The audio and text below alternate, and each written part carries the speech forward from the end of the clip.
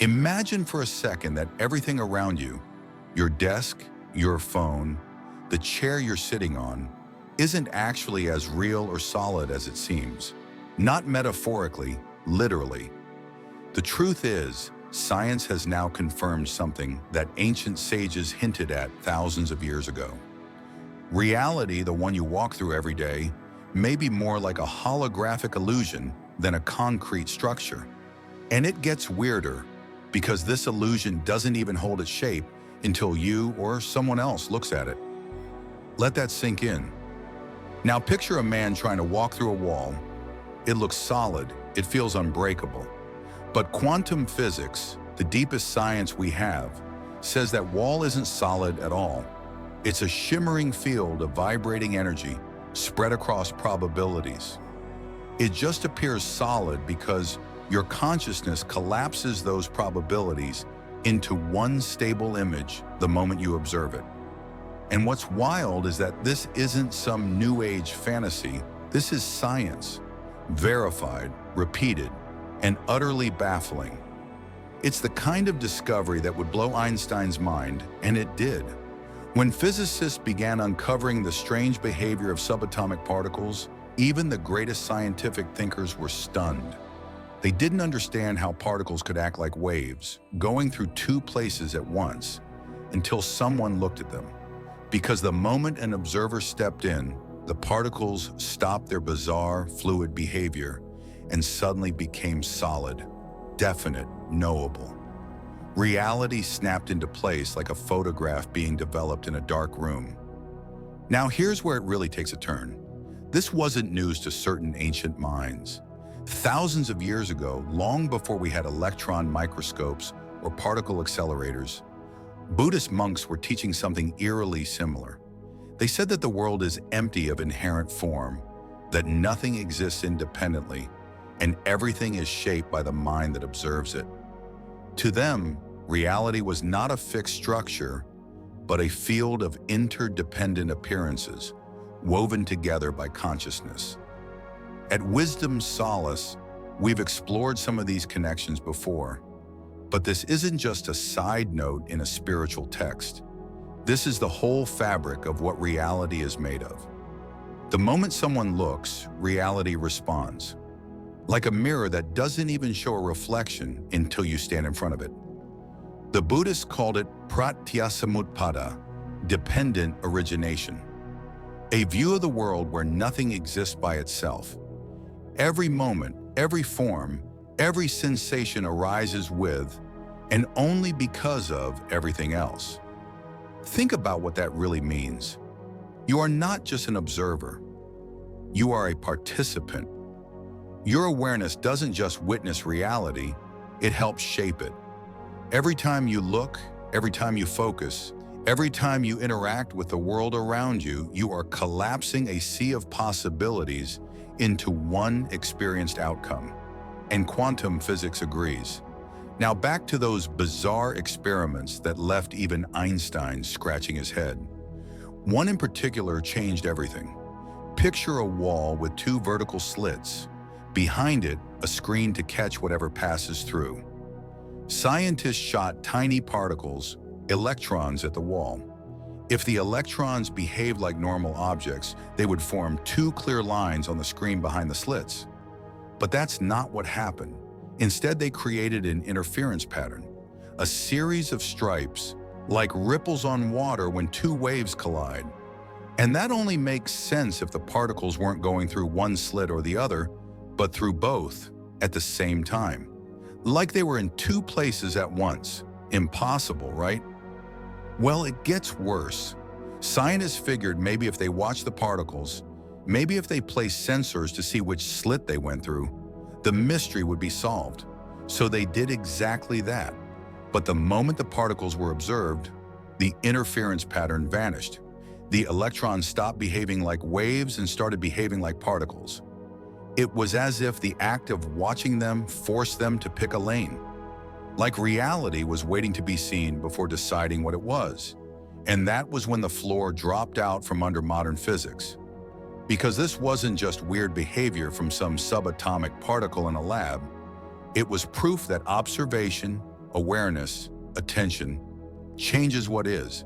It doesn't just affect how we understand reality, it changes reality itself. Now think again about what the Buddha was saying thousands of years ago, that the mind is not separate from the world, that the observer and the observed are not two.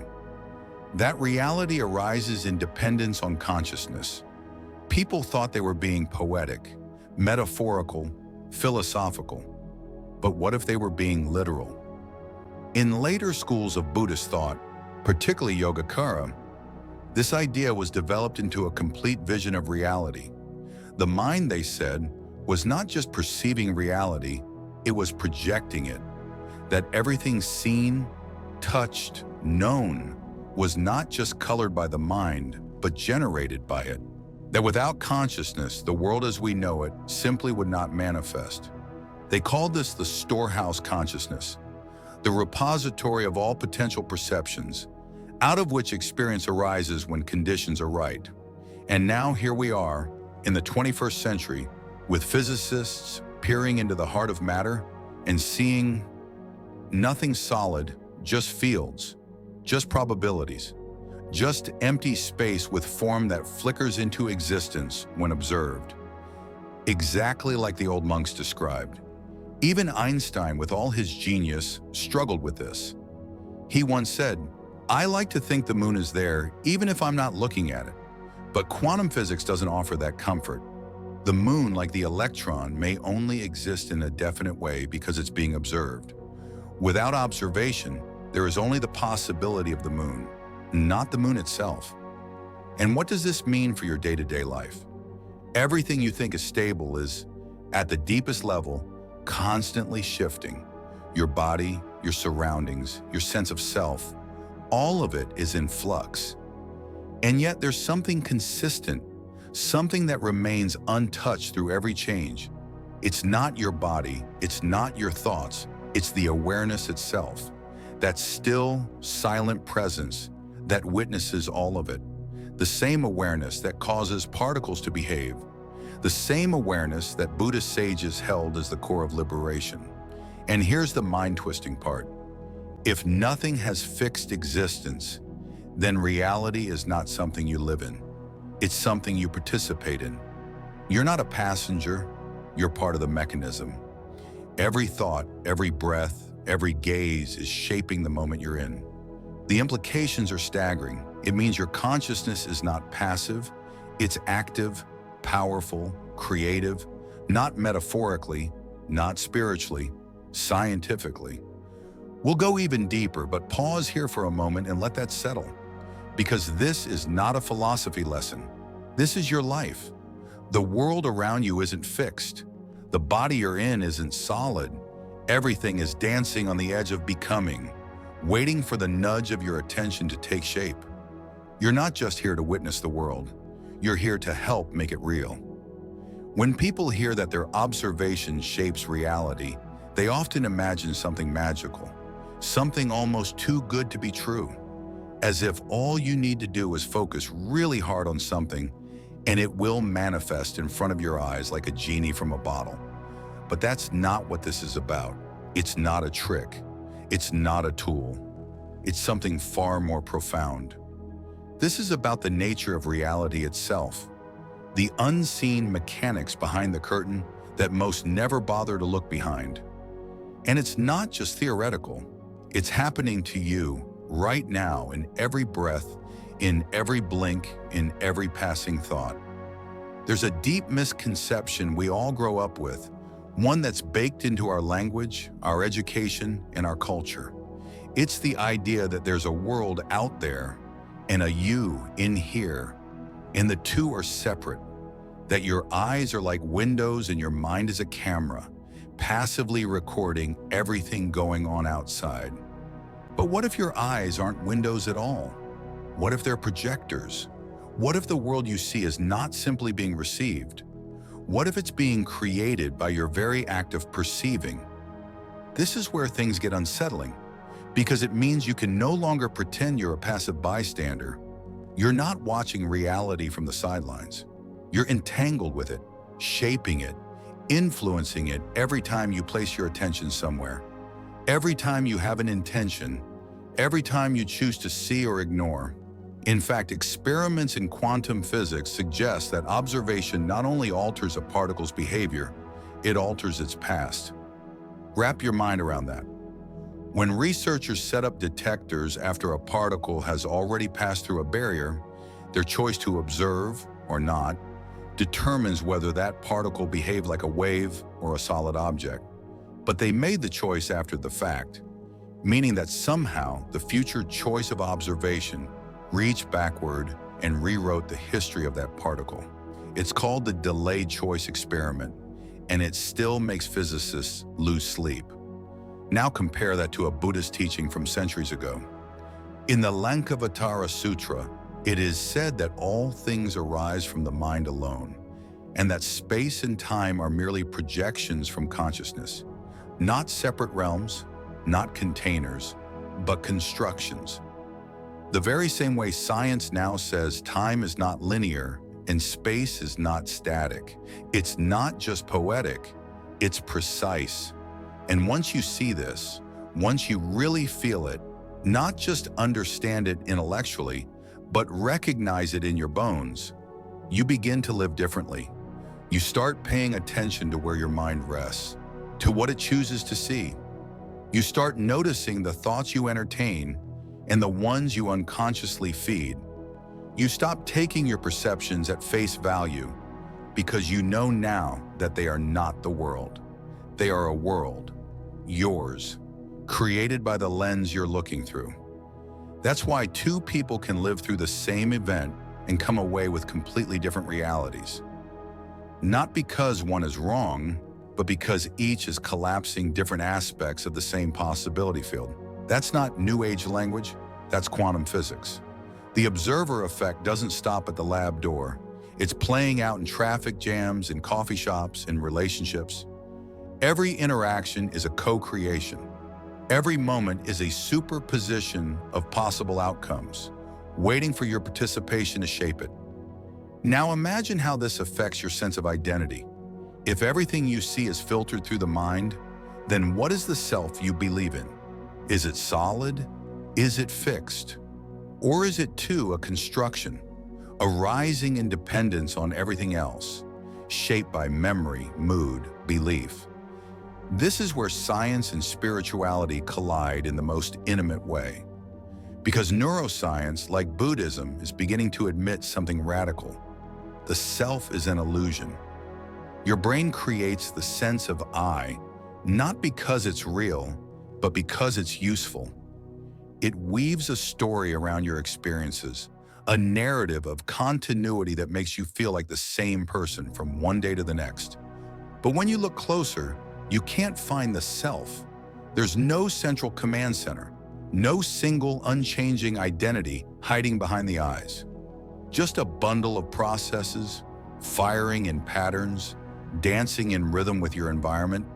And yet, awareness is there, not as a person, not as a thing, but as a presence, a witnessing that never wavers, a still point in the storm. That's what the sages meant when they spoke of awakening. Not a magical state, not a blissful trance, but a clear seeing of what has always been true. It's why the Buddha never told people what to believe. He never said, "This is the one truth." He said, "Come and see for yourself." Look directly. Don't take anyone's word for it, not even mine. Because truth isn't in the theory, it's in the seeing. And once you start seeing clearly, you realize that most of your suffering didn't come from what happened. It came from how you perceived it. It came from believing your thoughts without question. It came from assuming your emotions were facts. It came from forgetting that the world you see is not the world. It's your version of it. And when you remember that, the grip loosens. You stop fighting the moment. You stop arguing with what is. And instead, you begin to participate differently, not by trying to control everything, but by being fully present. That kind of presence doesn't just change your mood, it changes the field around you. Because just as your observation changes particles, your consciousness changes situations.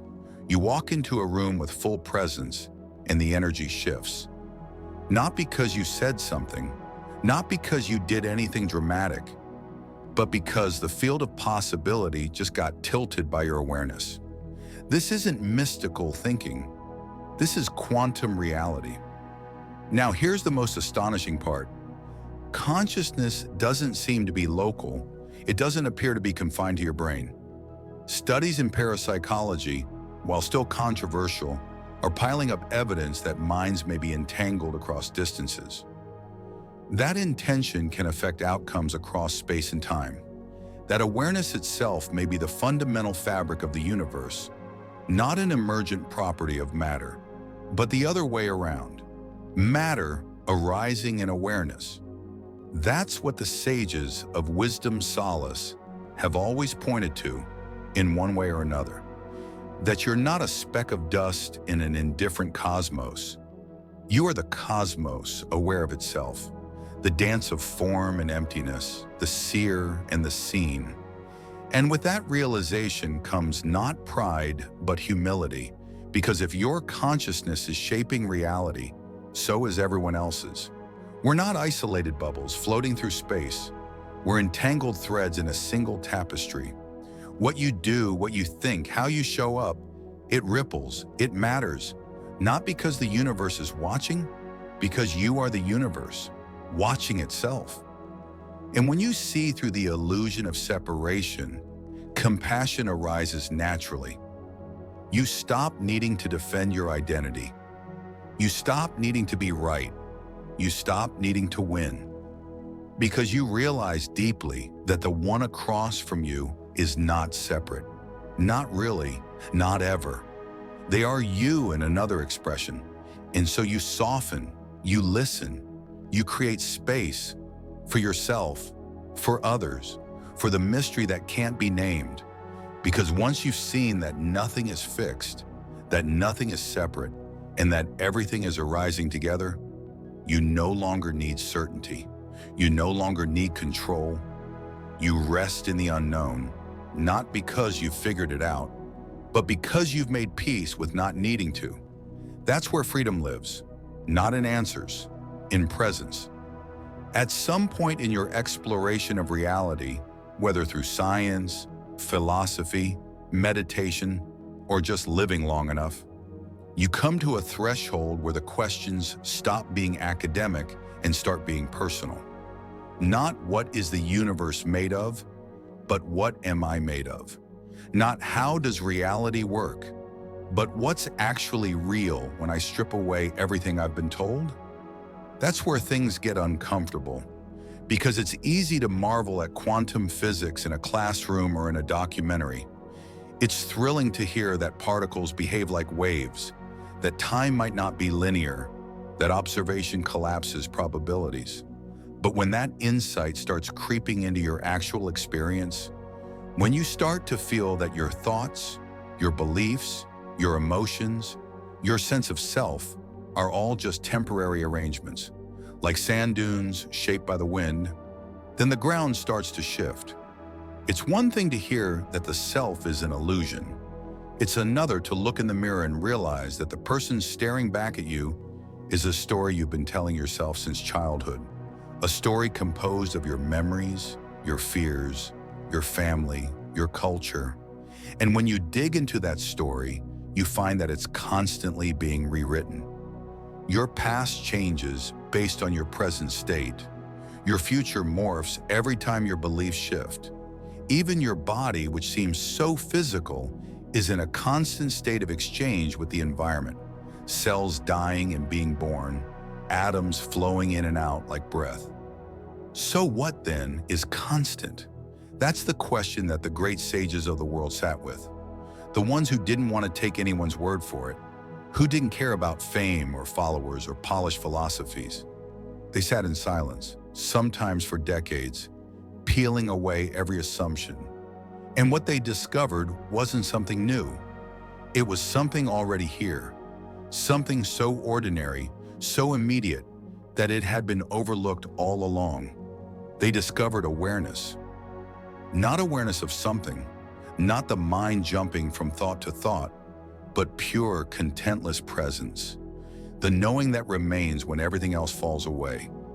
The part of you that witnessed your first memory and is still here now, witnessing this very moment. That awareness is not a thing. It can't be found under a microscope.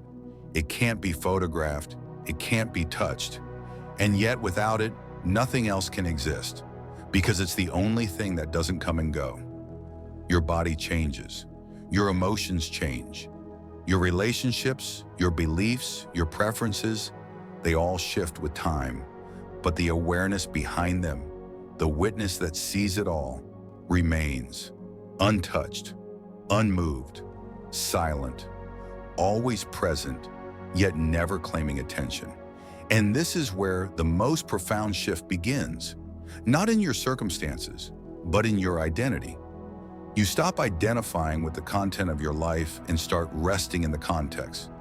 You stop being the character in the story and start being the screen on which the story is projected. This doesn't mean you disconnect from life. It doesn't mean you become indifferent or passive. It means you finally see the difference between what is real and what is temporary, between what changes and what doesn't. In Buddhism, this is often referred to as the difference between relative truth and ultimate truth. Relative truth is the world of form, the world of change, the world where your name, your job, your past, your opinions, all of it has meaning and function.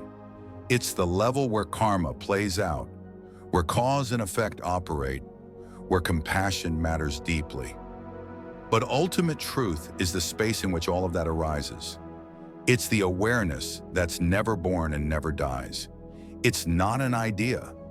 It's not a belief. It's the direct experience of being that is prior to language, prior to identity, prior to form.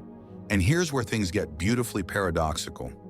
Once you see both levels clearly, once you can rest in the awareness that never changes while still participating fully in the world that always changes, something deep unlocks. You stop being afraid of life, and you stop being afraid of death, because you realize that what you are can't be lost. The body will age. The mind will forget. Everything you own will eventually belong to someone else. But the awareness that you are, the stillness behind the story, remains. And that realization, when it's not just known intellectually, but felt directly, changes everything. Not in a way that makes you float above the world, but in a way that roots you more deeply in it. You begin to show up differently. You're not chasing fulfillment anymore, because you're resting in it. You're not seeking validation, because you stopped questioning your worth. You're not running from discomfort, because you know it can't touch what's real. And the beauty of this is that it doesn't require years of study or travel or rituals. It doesn't require you to become anyone different. It only requires that you stop, that you turn inward, not with judgment, but with curiosity. That you listen, not to the noise of your mind, but to the silence beneath it. That silence is not empty. It's full. It's alive. It's the space where all things come and go. The ancient texts called it many things: Brahman, Dharmakaya, the Tao. Science doesn't yet have a name for it because it can't be measured, but it's there, right now, behind every word you hear, every thought you think, every sensation you feel. And once you start to recognize it, even just a little, the need to hold tightly to your story begins to fade. You start to live with more ease, more openness, more wonder, because you're no longer living as the wave. You're living as the ocean. And as that shift deepens, you find that compassion arises on its own. Not because it's a virtue, not because it's a rule, but because when the illusion of separation dissolves, what else is there but love? When you're no longer obsessed with protecting the small self, you start to see others not as objects or obstacles, but as reflections, mirrors, extensions of the same awareness. And from that seeing, kindness becomes the most natural response. That's why awakening isn't just about personal peace. It's about collective healing. When you stop being at war with yourself, you stop being at war with the world. When you stop seeing yourself as a victim of circumstance, you stop blaming others. When you realize you were never separate, forgiveness comes easily. And that's how transformation spreads. Not through force, not through ideology, but through presence. People around you will feel it. Not because you preach, not because you wear a label, but because your energy speaks louder than your words. Your stillness becomes a refuge. Your laughter becomes medicine. Your attention becomes a gift. And all of this comes not from adding anything, but from removing what was never you to begin with. That's the path. Not forward, but inward, and then outward again with open arms. The longer you walk the path inward, the more you start to notice something almost unbelievable. The world begins to reflect your internal state in ways too precise to be coincidence. Moments line up with uncanny clarity. People say the exact words you needed to hear without knowing why. Synchronicities emerge like secret messages hidden in plain sight. You wake up thinking of someone and they call. You start working through an old pain, and suddenly your environment presents you with the perfect challenge to heal it. It feels magical, like you've stumbled into a hidden layer of reality that was always there, but only becomes visible when you finally slow down enough to see it. But it's not magic. It's not supernatural. It's the natural state of things when you're no longer distracted by noise.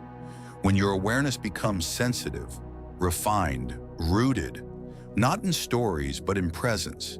You begin to see the deeper currents underneath what most people call coincidence. You begin to experience life not as a series of random events, but as a living dialogue between your consciousness and everything around you.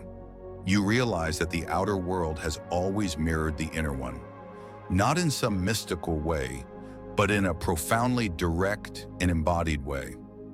That's what the sages meant when they said, as within, so without. Not as a metaphor, but as an instruction, that your relationship with life is not linear. It's not you here and the world out there. It's a loop, a feedback system, a mirror that responds to the slightest shift in your being. The moment you stop seeing yourself as separate from the world, you stop treating your suffering like a curse and start seeing it as a signal. Pain becomes a message.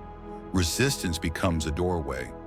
Every difficulty becomes an invitation to look deeper, not to fix, not to blame, but to witness, to feel, to understand.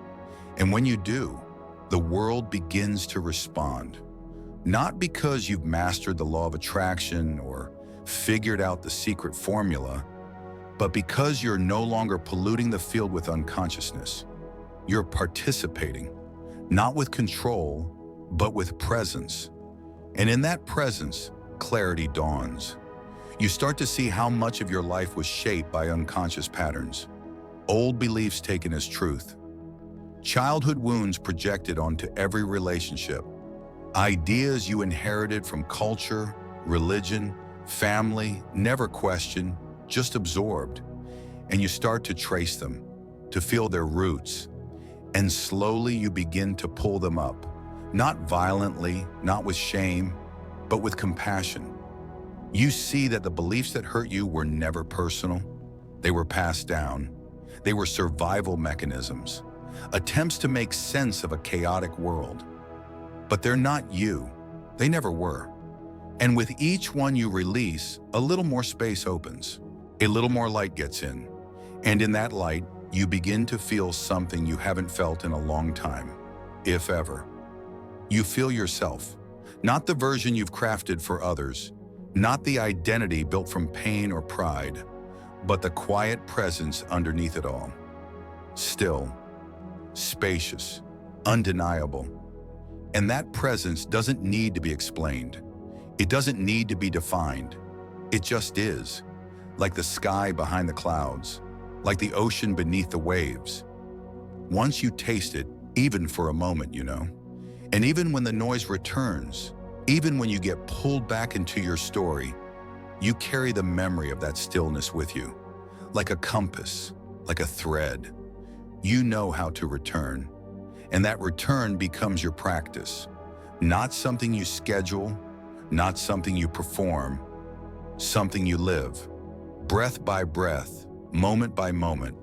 And as that presence deepens, so does your sensitivity. You start to feel things you used to numb. You start to hear the quiet wisdom that was always there under the static. You start to trust something deeper than your thoughts. And from that trust, your life begins to change. Not because you made a vision board or manifested your dream job, but because you're no longer fighting reality. You're flowing with it. You say no when you mean no. You say yes without guilt. You walk away from what's no longer aligned, not from fear, but from clarity. You don't settle for half-truths because you've touched the whole, and that changes everything. Your relationships deepen, not because they're perfect, but because they're honest. You're not performing anymore. You're not trying to be what others want. You're showing up as you are, and that invites others to do the same. The masks fall, the games stop, and what's left is something real. You don't fear aloneness, you welcome it, because in silence, you no longer feel empty. You feel full. You don't chase validation. You validate yourself with every breath, every boundary, every act of self-respect. And most importantly, you stop waiting. You stop waiting to feel worthy, to feel ready, to feel complete. You realize that you already are. And from that realization, life becomes art. Not a performance, not a test, but an expression, a dance between awareness and form. And just like in any great dance, there's movement and stillness. There's rhythm and pause, there's grace and misstep, and it's all part of the music. You don't try to control the song anymore. You listen, you feel, you move. You participate in the mystery without needing to understand it. And in that surrender, you find a strength that doesn't break, a softness that doesn't collapse, a peace that doesn't depend on anything, because you found it inside, not as a feeling, not as a mood, but as your very nature, still, clear, awake. There's a point in the journey when things stop being about fixing and start being about remembering. You stop looking for tools to hack your life, and you start listening to the life that's already here. You stop chasing a better version of yourself, and you begin to meet the self that's always been watching, quietly, patiently, behind every version you've tried to become. That's the strange grace of awakening. It doesn't make you more, it makes you less. Less entangled, less reactive, less identified with the drama. But it also makes you more real, more alive, more available to what is. And that availability, that openness, is what begins to shape the way you move through the world. Not because you figured everything out, but because you've stopped pretending you need to. You begin to feel a kind of inner gravity, a quiet pull toward truth, toward simplicity, toward presence. You no longer need to impress. You don't need to convince anyone. You just are. And that beingness, that rooted presence, begins to ripple through everything you touch. It shows up in the way you listen to someone when they speak, not waiting to respond, not preparing your opinion, but just being with them, fully, with nothing to prove and nothing to defend. You realize how rare that kind of attention is, and how healing. It shows up in how you handle discomfort, not by avoiding it, but by opening to it. You stop numbing, stop distracting, stop running. You turn toward the pain and meet it with your whole heart. And in doing so, you begin to realize that the pain wasn't the enemy. The resistance to it was. It shows up in how you approach the unknown, not with fear, but with wonder. You don't need certainty like you used to. You don't need the map to be clear before you take the next step. because something inside you has stopped needing to be in control. You're not following blind faith. You're following felt truth, a truth that doesn't come from the mind, but from somewhere deeper, somewhere older. You begin to trust your own inner compass, not because it always leads to comfort, but because it always leads to truth. And truth, the seekers with full calendars and restless hearts. But that's what these fragments suggest, that the Buddha's wisdom stretched beyond his own time, that he knew teachings would be lost, that some truths would have to be rediscovered, like seeds planted long ago, waiting for the right season. Among those same scrolls were references to objects the Buddha left behind, not relics, but items of use. His robe, his bowl, his staff. Some traditions believe these objects carried embedded teachings, not in writing, but in their form. The way the robe was folded, the way the bowl was held. Every detail was a message, a reminder, a way of being. But those objects too were lost, taken, hidden, stolen, or simply decayed over time. We don't know where they are. We don't know what they meant. But the idea behind them survives, that wisdom doesn't always arrive in words. Sometimes it lives in how we hold things, how we move, how we care. And perhaps this is why so many of the Buddha's original teachings have vanished. Because they weren't designed for permanence. They weren't meant to be locked in stone.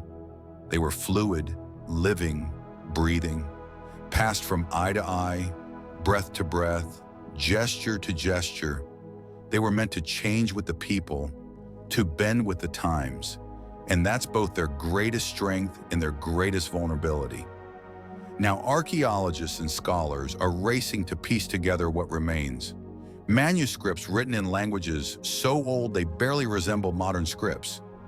Lines of verse that only survive in one corner of the world. Whole practices that disappeared from one tradition but continued in secret within another. It's like building a mosaic with half the tiles missing, hoping the image will still be clear. But every so often, something miraculous happens. A single verse found in a crumbling scroll changes everything. It recontextualizes a known teaching. It fills a gap in the lineage. It offers a method that modern seekers didn't know they were missing. Like a scroll recently uncovered that described how to use storytelling as a meditation technique. Not just listening to stories, but retelling them as a form of inner reflection. According to the scroll, the act of narrating your own experience over and over gradually reshapes the self, softens the ego, and reveals deeper truths. It's not just therapeutic, it's liberating. And isn't that what the Buddha was always pointing toward? Liberation. Not in some distant heaven, not after death, but here, now, in the way we breathe, speak, relate, love. Liberation not as escape, but as presence, as full engagement with life, exactly as it is. But imagine how much richer that liberation could be if we had access to all the tools he offered. Not just the surviving ones, but the lost ones. The ones meant for mothers and merchants, for warriors and lovers, for skeptics and wanderers, for people who wake in the middle of the night and stare at the ceiling, asking questions they can't quite put into words. It's a quiet heartbreak to know those answers might have once been written down, that someone sat under a candle, copying them carefully, preserving them for us, and then the candle burned out and the scroll was buried or burned or forgotten. But maybe it's also a kind of grace, because if those teachings were tailored to real people in real situations, then they can be rediscovered in our own lives, in our questions, in our attention. That's the paradox at the heart of Buddhism. So much has been lost, and yet what remains is still profoundly whole. The essence of the path, the understanding of suffering, the possibility of freedom, the power of awareness, still radiates through every lineage, every chant, every moment of silence on a meditation cushion. And that tells us something powerful, that truth doesn't need to be complete to be transformative. A fragment of a teaching, if truly understood, can carry the same weight as a library. A single word from the right teacher, spoken at the right moment, can change a life forever. The Buddha didn't set out to create a religion. He set out to end suffering. Everything else was a tool toward that end. And tools can be made, found, shared, even remade. So when you hear stories of lost texts, of burned libraries and buried scrolls, don't let your heart sink. Let it awaken, because the search itself is a form of practice. The curiosity, the questioning, the refusal to settle for less than the full truth, that is what the Buddha encouraged. He didn't want blind followers. He wanted fierce explorers, people willing to doubt, to challenge, to experiment, people willing to lose everything for the sake of what is real. And what is real is this: we are not at the end of the story. We are still in the middle of it. New teachings are still emerging. New discoveries are still being made.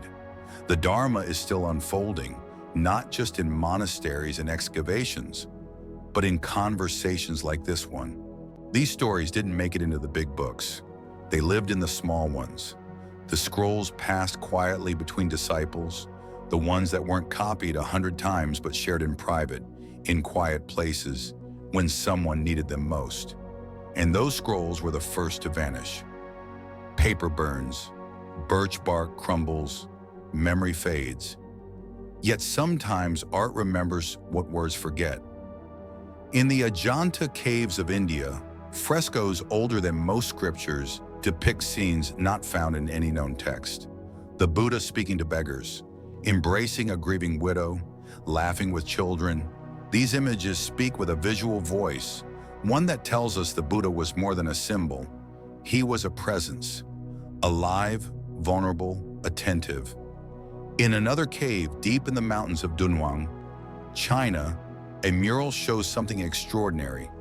A monk and a nun sitting side by side, both teaching a circle of listeners. The nun is not secondary. She's not in the background. She speaks with authority, her hand raised, her posture confident. We don't know her name.